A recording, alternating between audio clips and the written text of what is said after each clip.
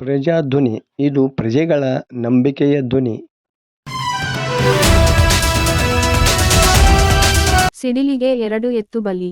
ಗದಗ ಜಿಲ್ಲೆ ಲಕ್ಷ್ಮೇಶ್ವರ ತಾಲೂಕಿನ ಉಂಡೇನಹಳ್ಳಿ ಗ್ರಾಮದಲ್ಲಿ ಭಾನುವಾರ ರಾತ್ರಿ ಸಿಡಿಲ ಹೊಡೆತಕ್ಕೆ 2 ಎತ್ತುಗಳು ಮೃತಪಟ್ಟ ಘಟನೆ ಸಂಭವಿಸಿದೆ. ಗ್ರಾಮದ ರೈತ ಹನುಮಂತಪ್ಪ ಶಿವಪ್ಪ ಲಮಾಣಿ ಎಂಬುವರಿಗೆ ಈ ಎತ್ತುಗಳು ಸೇರಿದ್ದು, ರೈತರು ಹೊಲದಲ್ಲಿನ ಮರದ ಕೆಳಗೆ ಎತ್ತುಗಳನ್ನು ಕಟ್ಟಿದ್ದರು ಎಂದು ಹೇಳಲಾಗಿದೆ. 2 ಎತ್ತುಗಳ ಕಿಮ್ಮತ್ತು 1 ಲಕ್ಷ ರೂಪಾಯಿ ಎಂದು ಅಂದಾಜಿಸಲಾಗಿದೆ.